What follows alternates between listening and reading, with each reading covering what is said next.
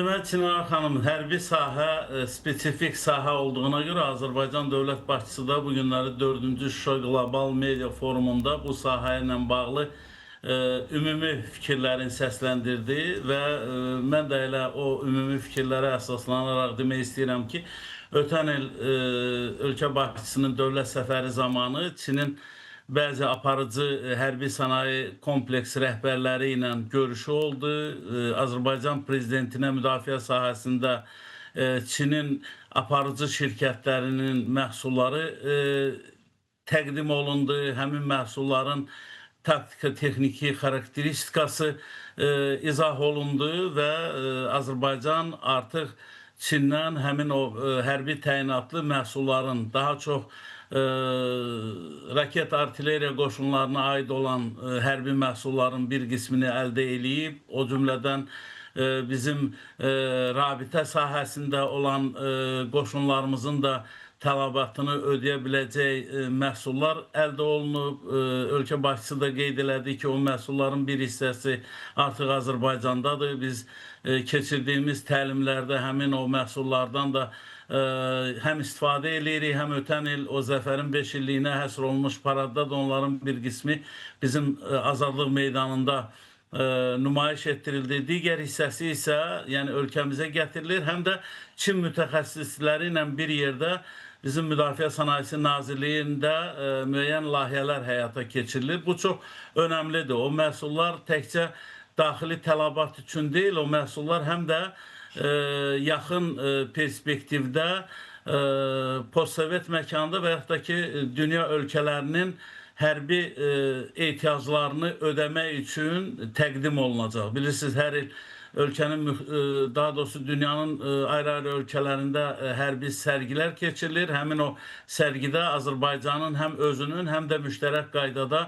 həm Çinlə, həm Türkiyə ilə, digər ölkələrlə hazırladığı məhsullar təqdim olunur.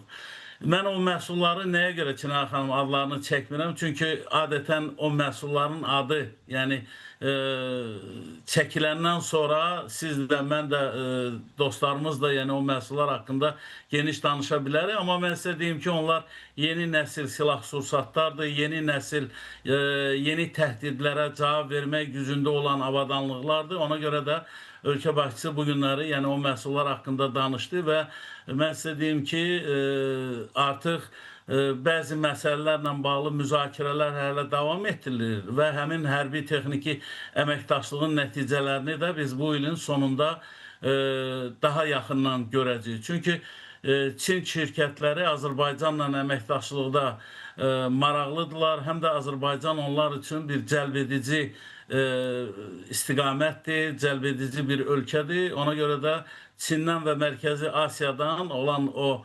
mütəxəssislər Azərbaycana böyük maraq göstərirlər. Və bugün ölkə başçısı demək olar ki, digər, yəni orada qonaqların da suallarına cavab verdi.